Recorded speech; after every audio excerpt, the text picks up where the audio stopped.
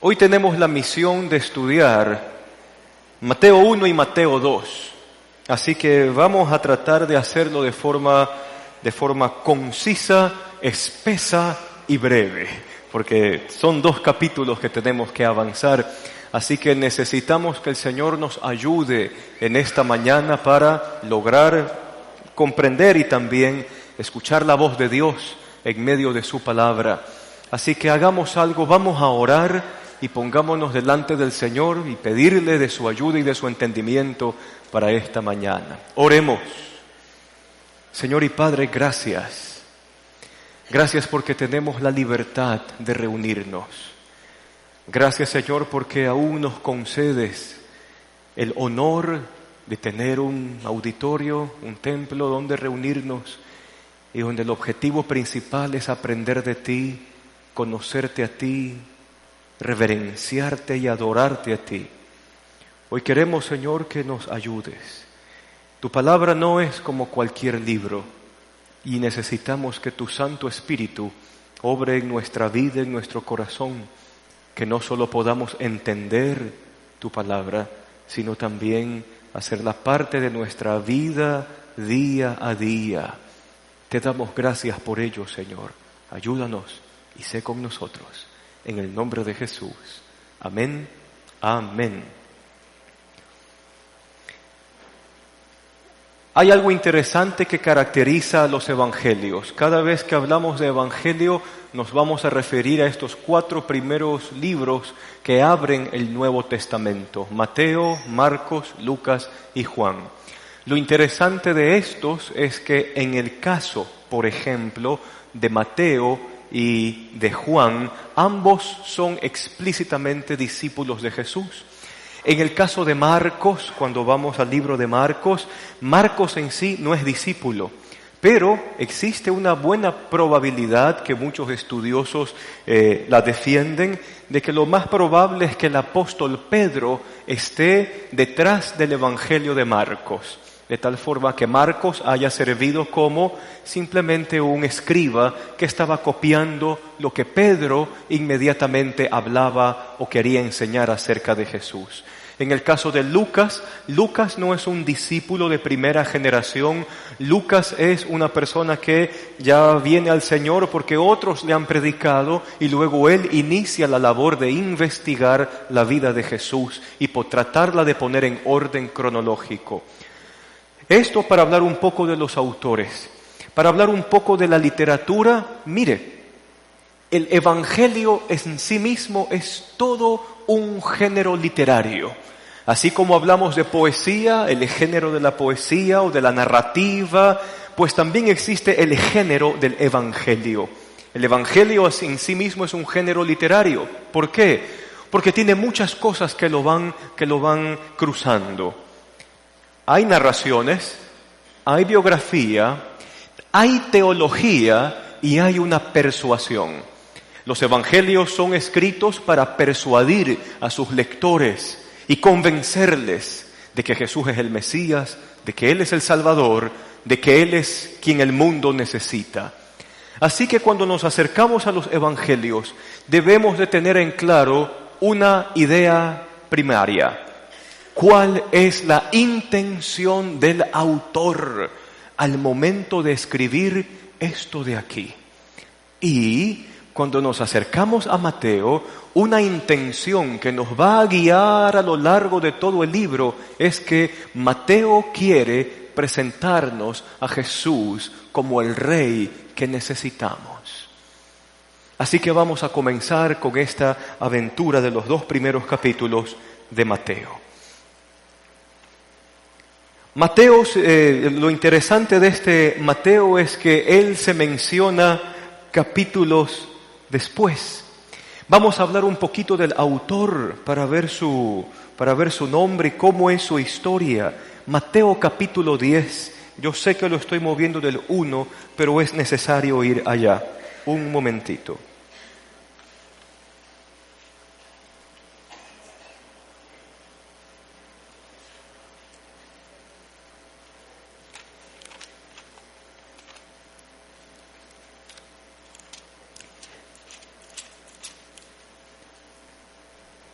¿Llegó? Muy bien. Vamos a ver esto de aquí, Mateo 10, leamos desde el verso 2. Estos son los nombres de los 12 apóstoles. Primero, Simón, llamado Pedro, y su hermano Andrés. Jacobo y su hermano Juan, hijos de ¿quién? De Zebedeo. Felipe y Bartolomé. Tomás y a la vez nos dice su profesión. ¿Qué profesión tenía Mateo? Recaudador de impuestos. Otro discípulo más se llamaba Jacobo. ¿Hijo de quién? Hijo de Alfeo y Tadeo. Simón el celote, Judas Iscariote, aquel que lo traicionó. Y solo tenga en mente esto. ¿Cómo se llama el autor de nuestro evangelio? Mateo. ¿Es hijo de quién? ¿Es hijo de quién? Ok. Vamos a ver allí de que es hijo de Alfeo y también es recaudador de impuestos. Cuando uno contrasta con otra cita que está en Marcos capítulo 2 verso 14, bueno, pues parece que el texto bíblico nos dice de que había otra dupla de hermanos. Otro Jacobo que era hermano de Mateo. Vamos a Marcos un ratito, Marcos 2:14.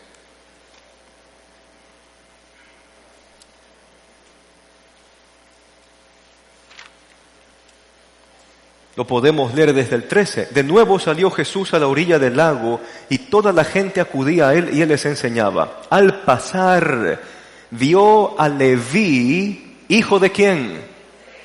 Hijo de Alfeo. ¿Y qué otro hijo de Alfeo teníamos en lo primero que leímos?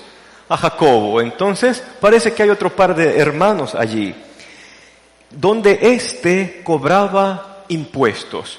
Y es un dato curioso. Cuando hablamos de Mateo, parece que este hombre tiene dos nombres. Mateo y también Leví. Ahora, lo interesante es que este nombre Leví dice mucho. La palabrita o el nombre Leví viene de una palabra hebrea que significa prestar. Y qué locura, ¿no? Este hombre que tiene por nombre prestar, ¿a qué se dedica? A cobrar impuestos. Ahora, dentro de los comentarios judíos, es necesario irnos a estas fuentes. La profesión de cobrador de impuestos era una profesión inmunda. Se la comparaba inclusive con la inmunda profesión de ser curtidor de pieles, de ser pastor de ovejas, de ser marinero. ¿Por qué? Porque todas estas profesiones por lo general se las asociaba con robo, con estafa. Entonces, cobrador de impuestos igual estafador. Aparte de que los cobradores de impuestos podían tener dos jefes. Un jefe podría ser el propio emperador, el Imperio Romano. Otro jefe también podría ser Herodes. Herodes, el tetrarca, luego el Antipas con el tiempo, cuando el tetrarca ya fallece y Antipas toma el mando de Judea. Los cobradores de impuestos también le servían a Herodes. Y ya sea que el cobrador de impuestos le sirva a Roma o le sirva a Herodes, los judíos los odiaban. ¿Por qué? Cuando la gente se empobrecía y no tenía con qué pagar impuestos, ¿qué hacía el cobrador de impuestos? Hipotecaba la tierra. Tu tierra es mía y lo que produzca también hasta que me pagues la deuda. Así de triste era la vida de esta gente, víctima de un cobrador de impuestos. Al cobrador de impuestos le decían, mensualmente me tienes que responder 100, pongámosle un nombre, 100 sestercios.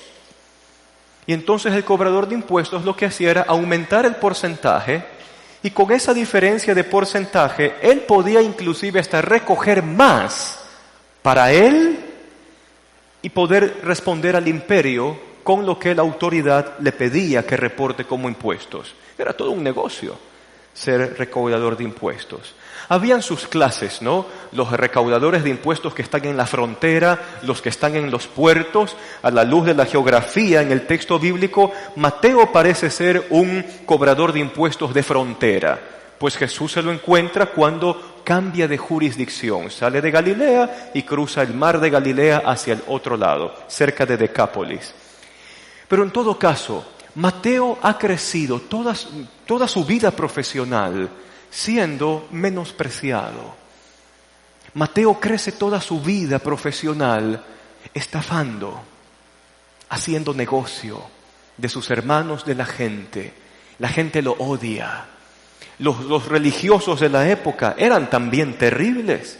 Por si acaso, un hombre religioso se hacía amigo de un cobrador de impuestos solo si el cobrador de impuestos le daba una ventaja personal. Y a veces decimos que en los tiempos de antes no había corrupción. O corrupción siempre ha habido, el género humano sigue igual. Así era. Pero si el cobrador de impuestos no le daba alguna ventaja a alguna persona religiosa, farisea, escriba, entonces se ganaba el odio acérrimo de toda la clase religiosa. Y es interesantísimo pensar en esto. Viene Jesús, un maestro de la ley, le llaman maestro, rabí. Y este rabí, ¿qué es lo que hace con Mateo o Leví? ¿Qué es lo que dice allí el texto? Al pasar vio a Leví, hijo de Alfeo, donde éste cobraba impuestos. ¿Y qué es lo que le dijo Jesús? Sígueme. El propio llamamiento ya es un cambio de estructura. Jesús escoge a un menospreciado. Jesús escoge a alguien a quien la sociedad no lo puede ver ni lo puede aceptar. ¿Y cómo habrá sido de contundente el llamado de Jesús? ¿Qué es lo que responde el texto bíblico? Y Leví se levantó. ¿Y qué más hizo? Y algo interesante de esto es que no dice de que Leví, cerró el año contable con el emperador, o Leví le fue a cobrar las últimas deudas que tenía la gente porque necesitaba platita para poder seguir a Jesús. No. El llamamiento fue algo determinante. Cuando el Señor llama a la vida de una persona, esto que llamamos nosotros conversión, es todo un choque. Mateo no tiene nada que rescatar del mundo en que vivió. Quizás el mundo que le dio comodidades, que le dio estatus, que le dio la capacidad de hacer negocios. No hay nada que rescatar de allí. Mateo abandona las mesas y sigue a Jesús. Es probable que esta experiencia frente a frente, cara a cara, con Jesús de Nazaret, haya motivado a Mateo, bajo inspiración divina, a escribir este evangelio. Porque vamos a darnos cuenta de que las herramientas que él usa nos van a comunicar que Dios busca al despreciado, Dios busca al marginado, Dios busca a aquella persona por la cual la sociedad no daría ni 2 reales. Mateo era uno de ellos. Tenía plata, sí, pero nadie daba 2 reales por él. Volvamos, por favor, al Evangelio de Mateo. Ya tratamos de reconstruir un poquito la vida de este Mateo. Y comencemos con el capítulo 1. Mateo, como buen judío, conoce este asunto de las genealogías. Las genealogías son importantísimas en el Antiguo Testamento, porque de alguna forma nos van diciendo quién es hijo de quién y cómo se va siguiendo la simiente santa o la simiente de los justos que tendría que rematar y terminar en Cristo Jesús. Vamos leyendo esto de forma sucinta. Tabla genealógica de Jesús, hijo de David, hijo de Abraham. Abraham fue el padre de Isaac, Isaac padre de Jacob, Jacob padre de Judá y de sus hermanos, Judá padre de Fares y de Sera, cuya madre fue Tamar, Fares padre de Jezrón, Jezrón padre de Aram, Aram padre de Aminadab, Aminadab padre de Naasón, Naasón padre de Salmón, Salmón padre de Boaz, cuya madre fue Rahab. Usted se sabe esa historia. Boaz padre de Obed, cuya madre fue... Y usted también se sabe esa historia. Obed, padre de Isaí, e Isaí, padre de David. Hagamos una pequeña pausa hasta allí. Y si usted se da cuenta, Jesús, en esta genealogía que relata Mateo, es presentado como descendiente directo ¿de quién? de Abraham, primer lugar, de los más importantes. Y cierra este primer bloque con Jesús, descendiente directo de ¿cuál rey? Ahora, estos dos personajes son importantísimos. ¿Por qué? Porque la figura de Abraham y la figura de David representan dos conceptos vitales de la palabra de Dios. En el concepto de Abraham, nosotros tenemos presente al pacto. Dios hizo un compromiso con Abraham. ¿Cuál fue el compromiso? En ti me serán benditas todas las familias de la tierra. Y con David era el asunto del linaje. Dios le había prometido a David muchos años atrás, cerca de 1000 años antes de que nazca Jesús, de que un hijo de David estaría en el trono para siempre. Si quiere, revisemos eso. Vamos al primer libro de Crónicas. Primero de Crónicas 7, 17, 7. Tal como usted lo tiene allí en su bosquejo.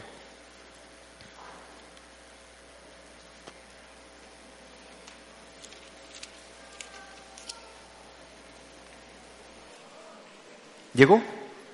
Primero de Crónicas 17, 7. ¿Llegó? ¿Ya está allí? Vamos leyendo. Mire lo que dice el texto.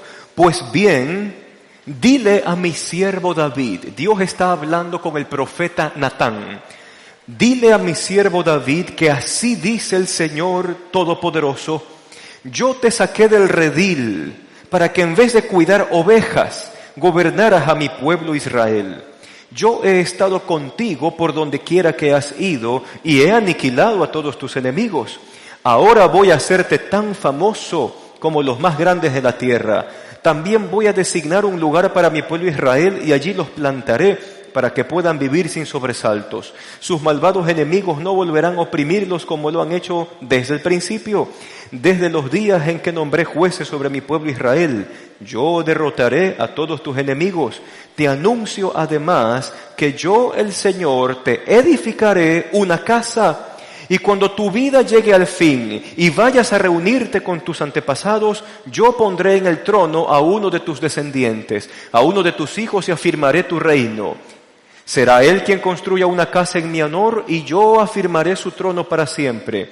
Yo seré su padre, él será mi hijo, jamás le negaré mi amor como se lo negué a quien reinó antes que tú. Y al contrario, para siempre lo estableceré en mi casa y en mi reino, y su trono será firme para siempre.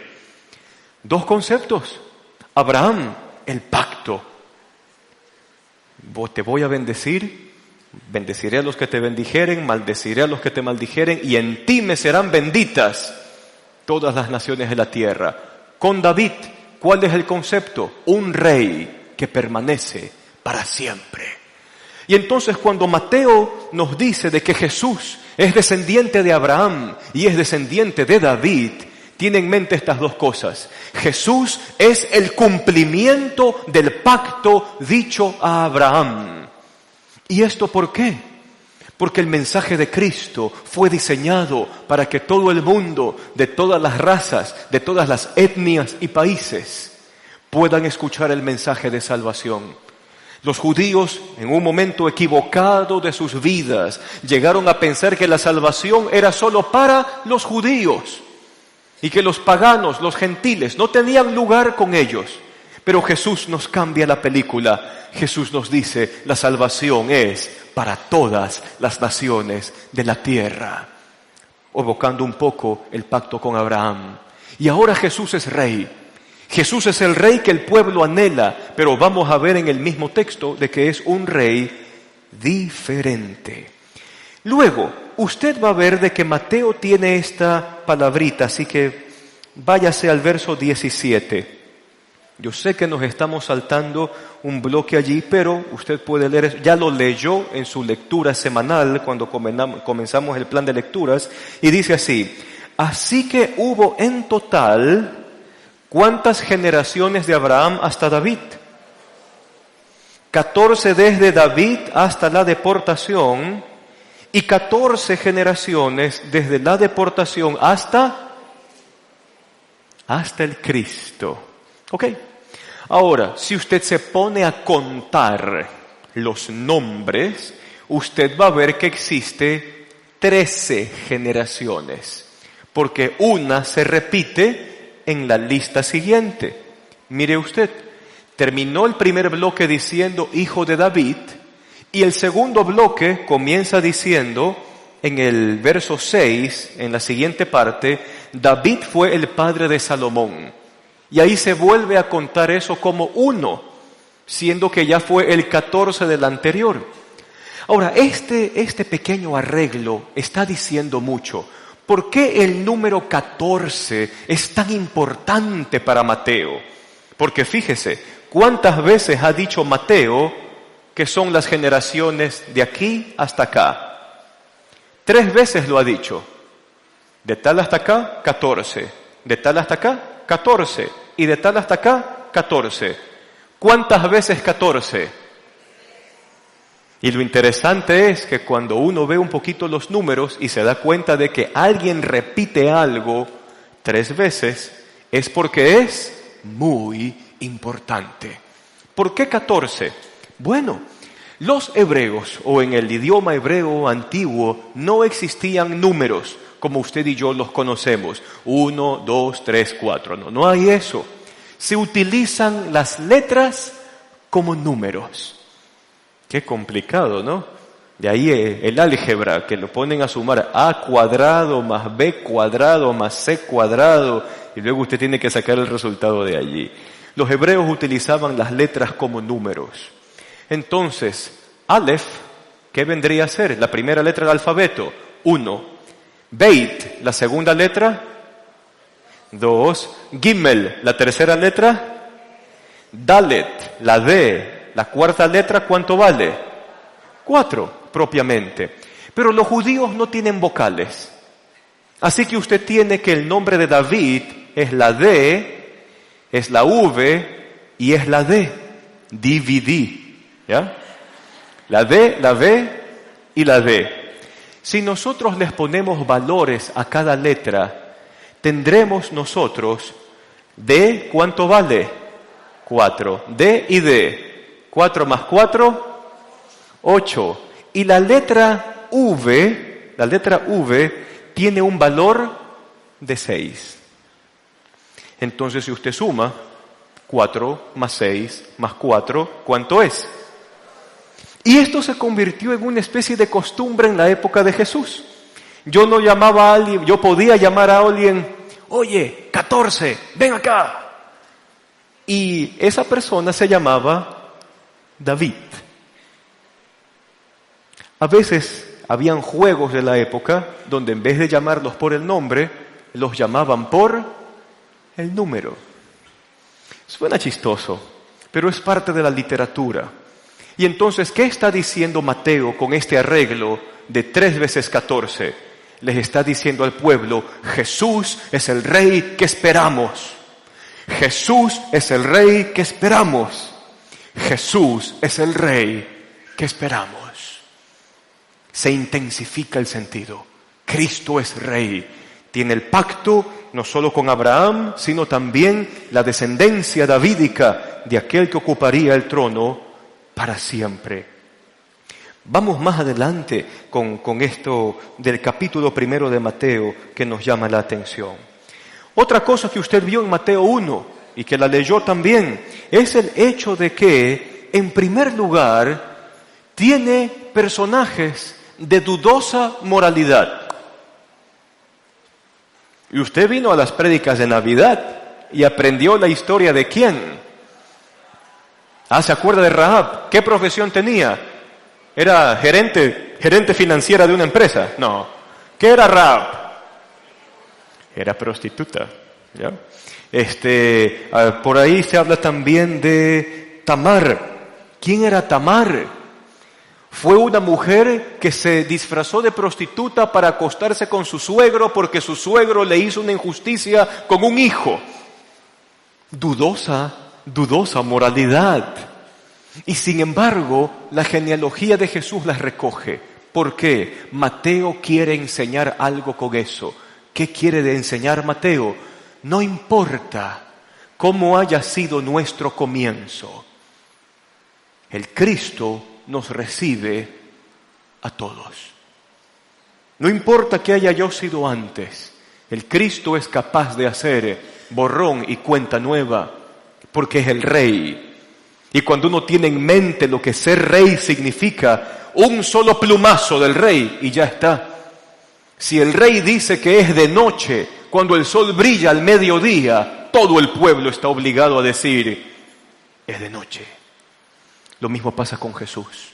Si Jesús es Rey y Jesús dice que todo aquel que a Él se acerca es una nueva criatura, es una nueva criatura. Hay un sentido determinante en ello. Otra cosa que llama la atención del texto bíblico es que menciona a mujeres. Y esto es todo un cambio de paradigma.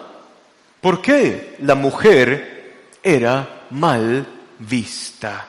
Oh, y eso tiene una historia bien fea, muy fea. Hay una época entre el año 450 antes de Cristo y la época en que aparece Juan el Bautista. Son más o menos unos 400 años, ¿no? Lo que solemos llamar como 400 años de silencio profético, o la época intertestamentaria. Entonces, en esa época muy oscura, fueron 4 siglos oscuros del pueblo judío. En estos 4 siglos había libros que circulaban por la gente y que decían que las mujeres habían recibido enseñanza de los demonios.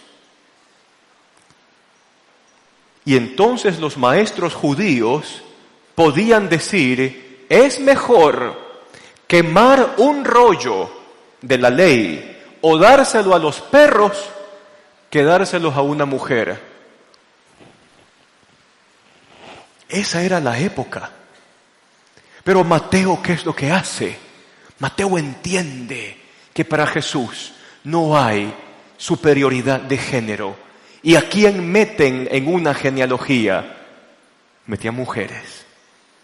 Son estas mujeres a quien Dios les ha cambiado la vida, que pertenecen también a esta genealogía del Rey eterno, del Mesías Salvador.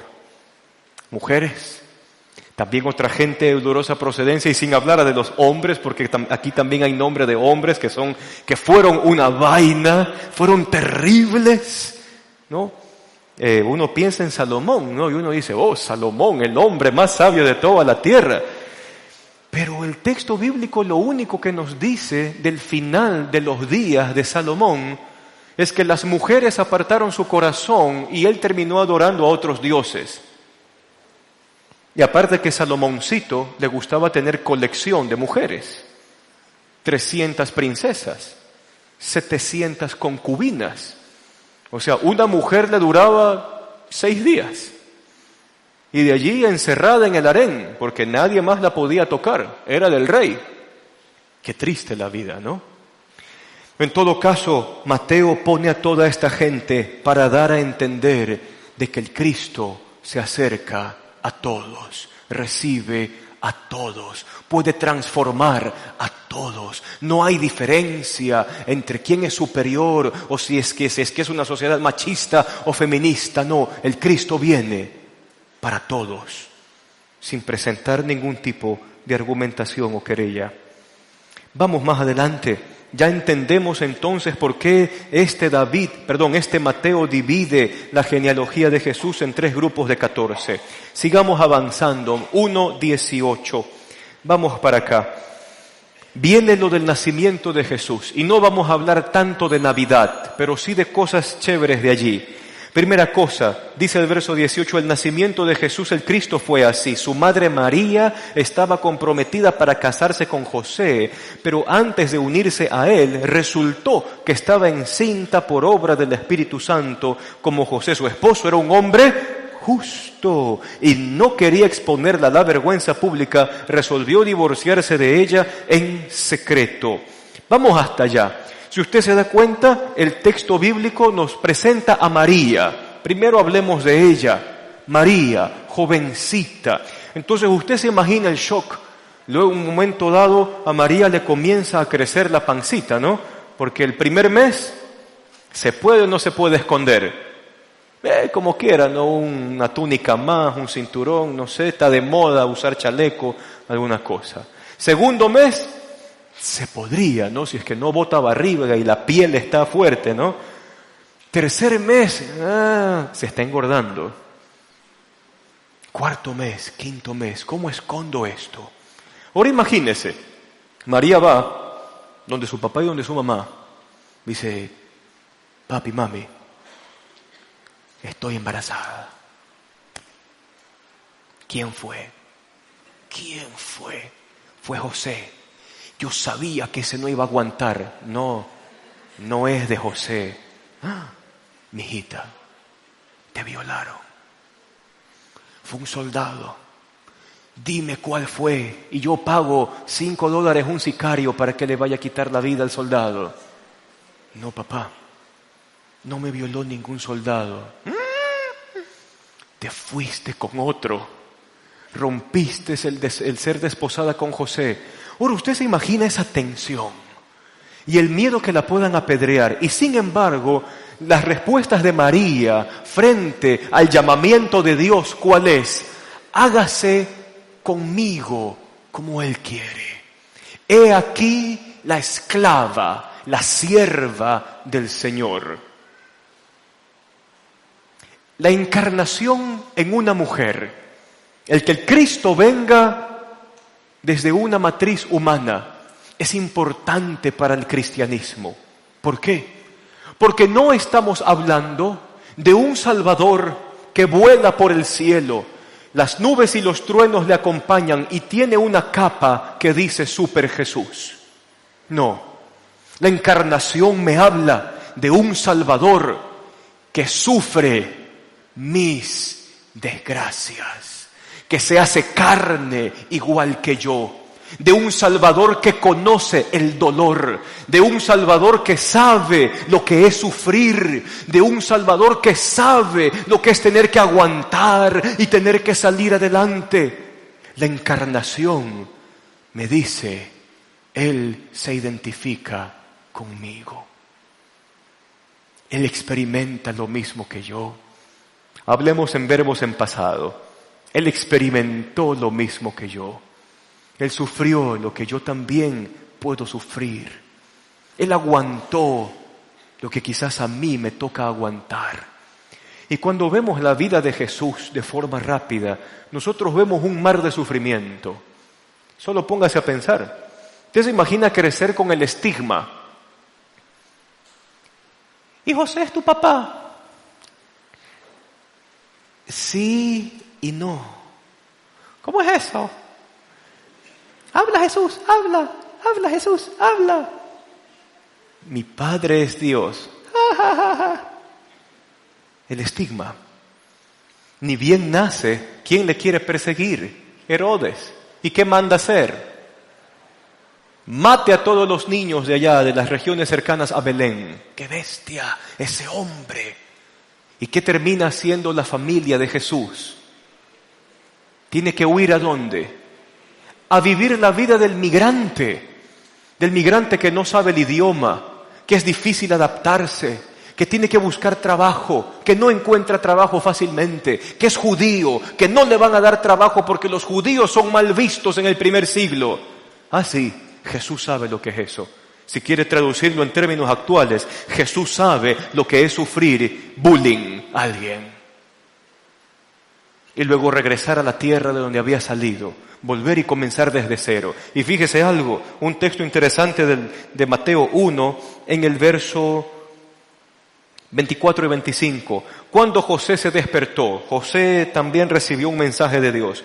Hizo lo que el ángel del Señor le había mandado y recibió a María por esposa, pero no tuvo relaciones conyugales con ella hasta que dio a luz un hijo. Entonces sucede de que José y María, una vez de que Jesús ya es dado a luz, ¿qué hacen José y María? Pues estaban casados. Y el Evangelio de Marcos, en el capítulo 6, puede leerlo en su casa, va a relatar de que Jesús tiene hermanos y hermanas. Entonces, si Jesús tiene hermanos y hermanas, por lo menos son más de 2 hombres y por lo menos son más de 2 mujeres. Si estamos hablando de 4 más Jesús, ¿cuántos? 5. Ok, pero hay algo interesante. De José nunca más se vuelve a hablar hasta cuando Jesús es presentado en el templo a la edad de 12 años. Se habla en los medios teológicos que lo más probable es que José haya muerto hasta antes de que Jesús entre al ministerio propiamente. Y eso ya nos deja pistas, porque Jesús comienza con una fama. ¿Este no es acaso el carpintero Jesús, que es hijo de José, que también es carpintero? Por lo visto Jesús abrazó la profesión ¿de quién? De José, su papá, obvio. Y tuvo que haber trabajado, y entonces eso nos llama la atención. Jesús sabe lo que es perder a papá a temprana edad. Quizás nunca se imaginó eso. Jesús sabe lo que es matarse trabajando para mantener a 4 hermanos y su mamá y tratarlos de sacar adelante. La encarnación me habla de un rey que conoce, sufre y sabe mis miserias, mis dolores, mis tristezas. Por eso fue necesaria la encarnación en María. Pero no solo eso, Mateo también nos deja entrever el carácter de estas 2 personas, de José y de María. Y qué interesante de que usted lee en el verso 19 de que José, la Biblia lo llama un hombre justo, que no quería avergonzar a María, no quería infamarla. Mire más adelante, la misma escena del llamamiento de María para la encarnación. María se presenta como una persona que obedece al Señor. Y hasta en esto Mateo deja entrever de que Jesús es formado, sí, por 2 personas imperfectas, sí, por 2 personas que necesitan salvación, sí, por José y María que tienen pecado y que necesitan que un rey y un salvador les salve la vida. Pero Mateo también muestra de que Dios tuvo el cuidado de darle a Jesús un hogar sano en el cual crecer. Papá y mamá, los 2 justos, los 2 obedientes a Dios, los 2 sujetos a la voluntad de Dios, así eso les conlleve a la vergüenza o a la muerte. Y podríamos entender un poco desde la perspectiva humana, veámoslo así. Cuando Jesús está frente a la realidad de que tiene que morir crucificado, ¿cuáles son las palabras que llenan la oración del sermón, de la oración en el Monte de los Olivos? Si fuere posible, pasa de mí esta copa, pero que no se haga mi voluntad, sino la tuya. ¿Sabe por qué? Porque Dios también se encargó de darle un papá y una mamá que le dieron ejemplo. A José, ¿qué le costaba obrar justamente? Abandonar el pueblo y quedar como el malo, perverso, pervertido para la época. A María, ¿qué le hubiese costado? Morir apedreada. Entonces usted ve estas características bonitas que Mateo está poco a poco poniendo en este retrato hablado de Jesús de Nazaret. La encarnación me habla de todo eso. Capítulo 2. Vamos rápido allí. Cuando nosotros entramos al capítulo 2, vemos allí un relato. No vamos a hacer énfasis en los sabios de Oriente, sino más bien en la reacción que tiene Herodes. Porque fíjese, mire lo que dice allí. Después de que Jesús nació en Belén de Judea, en tiempos del rey Herodes, llegaron a Jerusalén unos sabios procedentes de Oriente. ¿Dónde está el que ha nacido rey de los judíos?, preguntaron. Vimos levantarse su estrella y hemos venido a adorarlo.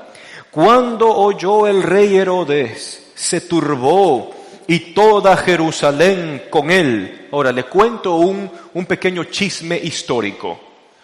Cada vez que Herodes quería que la gente de Jerusalén llore con él, se aflija con él, se entristezca con él, Herodes mandaba a matar gente en toda la provincia. Entonces, todos lloraban y todos lloraban con él. Esa era la clase del rey que era Herodes. Este Herodes, por si acaso, es el que hace convenio con Roma para gobernar Judea y aplastar a Judea con impuestos.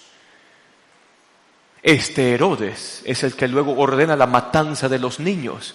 Este Herodes es el que construye el templo y comienza a cobrar un impuesto extra por causa de la construcción del templo. Este Herodes, en la teología de Mateo, es el prototipo de todo rey humano, que cuando tiene el poder corrompe, ¿sí o no?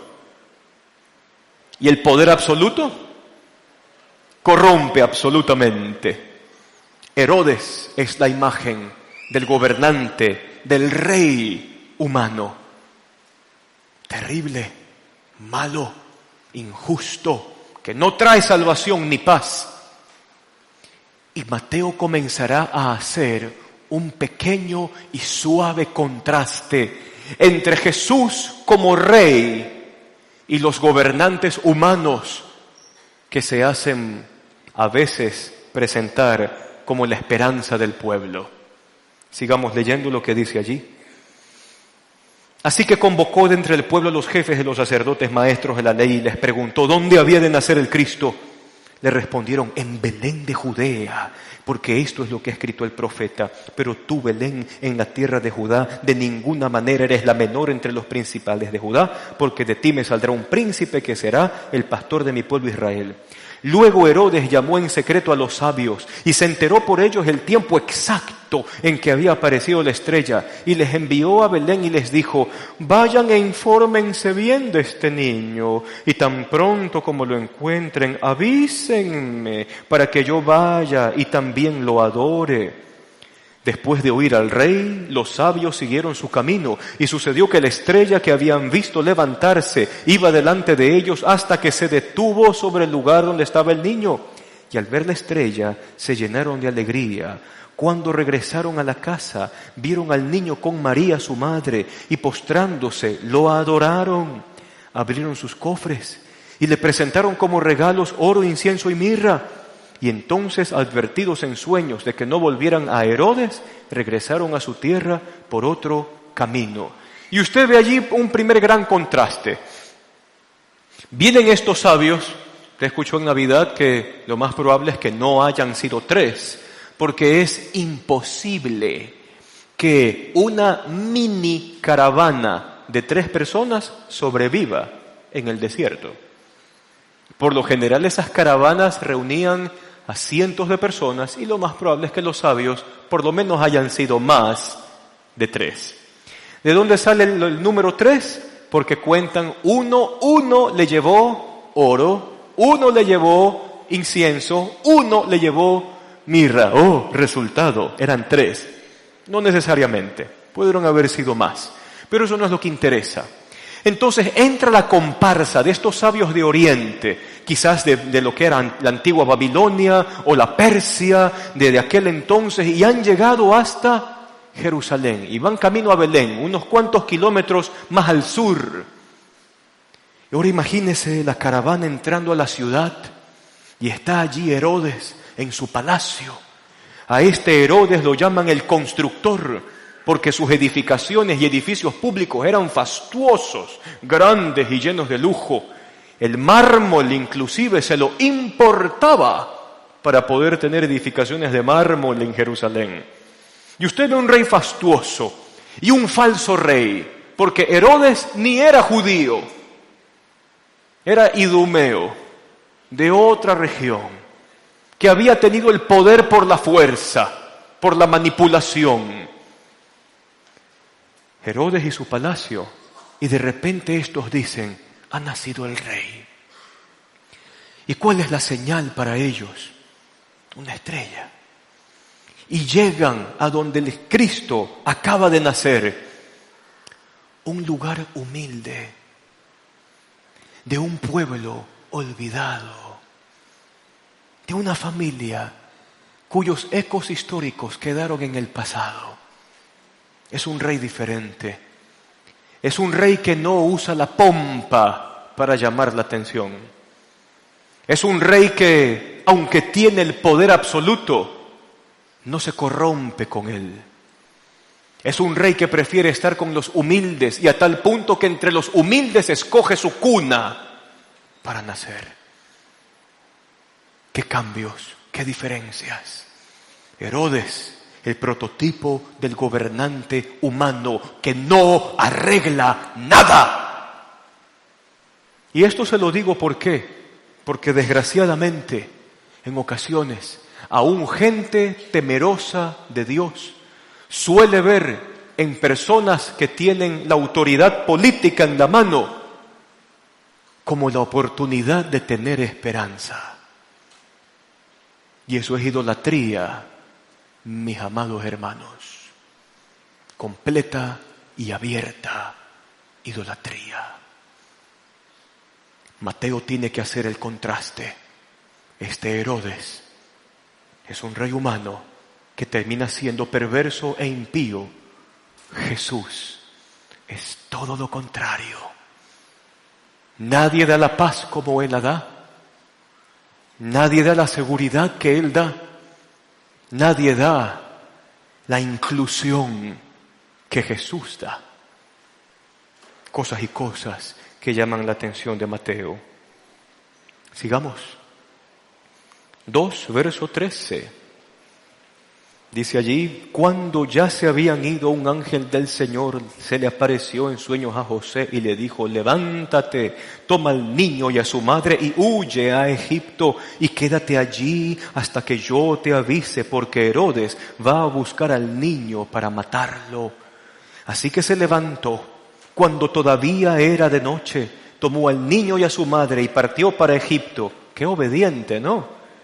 Donde permaneció hasta la muerte de Herodes. De este modo se cumplió lo que el Señor había dicho por medio del profeta: de Egipto llamé a mi hijo.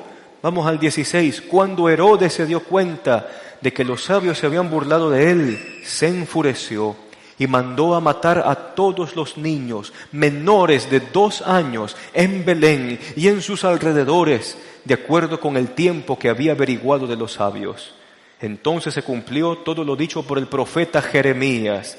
Se oye un grito en Ramá, llanto y gran lamentación. Es Raquel que llora por sus hijos y no quiere ser consolada, pues sus hijos ya no existen. ¿Qué le parece la reacción de Herodes?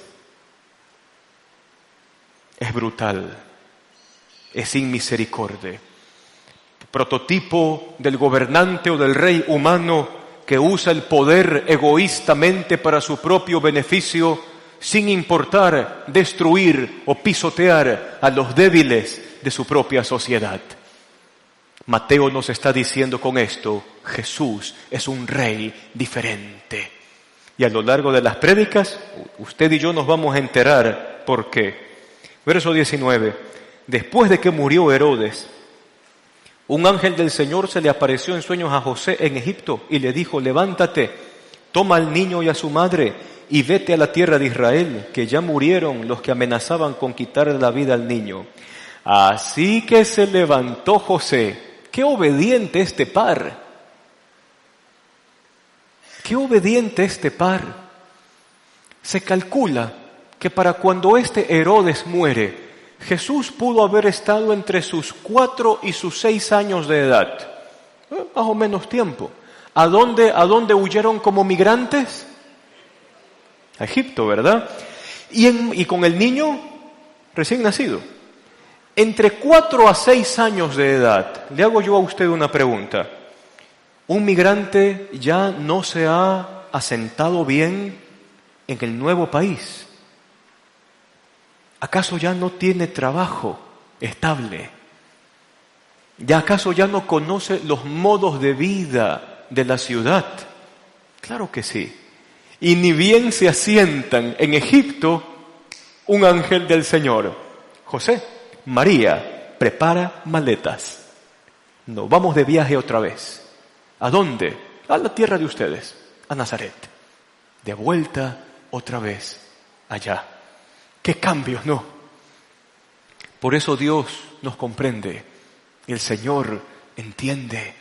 Y cuando usted pasa un momento de dolor, lo que menos puede decir: Señor, ¿por qué me está pasando esto? Dios entiende. Él sabe lo que a usted le pasa y al mismo tiempo tiene propósito lo que a usted le pasa. Y mire lo que dice el 23. Y fue a vivir en un pueblo llamado Nazaret. Y con esto se cumplió lo dicho por los profetas: lo llamarán Nazareno. ¿Cómo podemos concluir esto? Usted y yo necesitamos a un rey como Jesús, que me dé una clase de paz y de vida que es superior al de cualquier gobernante humano. Necesito un rey como Jesús, que no es que solamente va a visitar mi ciudad y me hace de la mano para ganar mi voto. No. Es un rey que con su encarnación conoce mis miserias, sabe lo que necesito, conoce mi dolor y sabe cuál es el consuelo que mi corazón demanda. Necesito un rey que se abre para todos, que me abraza, me recibe, me transforma y hace borrón y cuenta nueva. Y como es una palabra del rey, esa palabra se cumple. Quisiera que usted me acompañe en esta mañana. Hay un himno un poquito antiguo que quisiera que usted lo cante junto conmigo, y Robertito nos va a ayudar con esto de aquí. Quisiera que usted se ponga de pie y tenga en mente el texto que hemos leído y las cosas que hemos aprendido.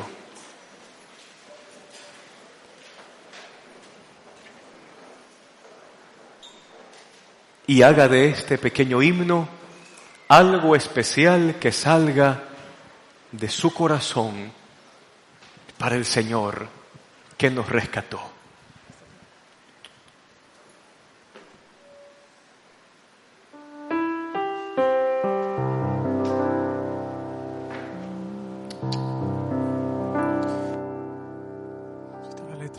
Podemos cantarla, podemos entonarla, levantar nuestro cántico. Esta canción es hermosa y habla de nuestro Rey soberano.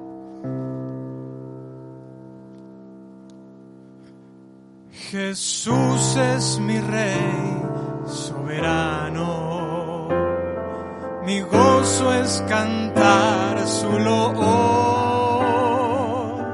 Es Rey y me ve cual hermano,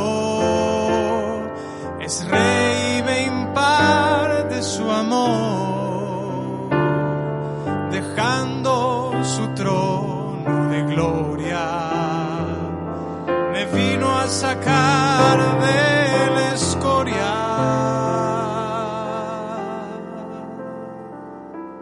y soy feliz, y yo soy feliz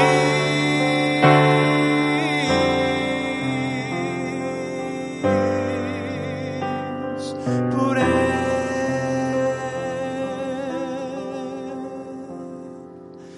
Jesús es mi amigo anhelado, en sombras y en luz siempre va, paciente y humilde a mi lado, ayuda y socorro me da, por eso constante le sigo, es mi Rey y mi amigo, y yo soy feliz, y yo soy feliz.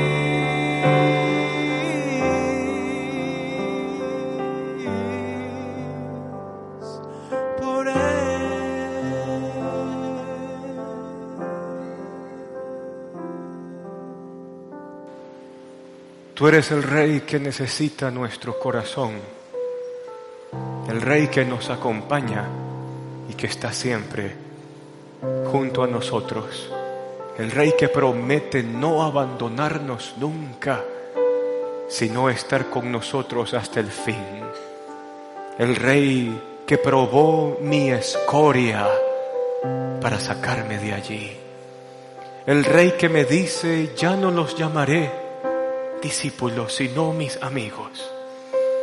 Gracias por quererte hacer nuestro amigo, Señor. Y así como te vio Mateo, acercándose poco a poco hacia él, este Jesús lleno de esperanza que le llamó y le dijo: Mateo, ven, sígueme, porque eres un regalo de Dios. Sígueme, Mateo.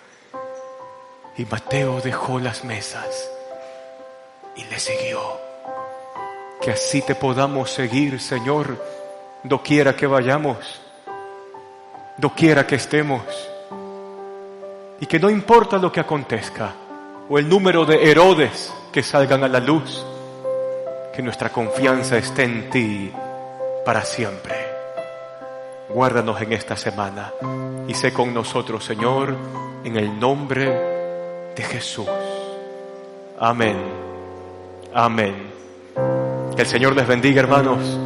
Nos vemos el próximo domingo.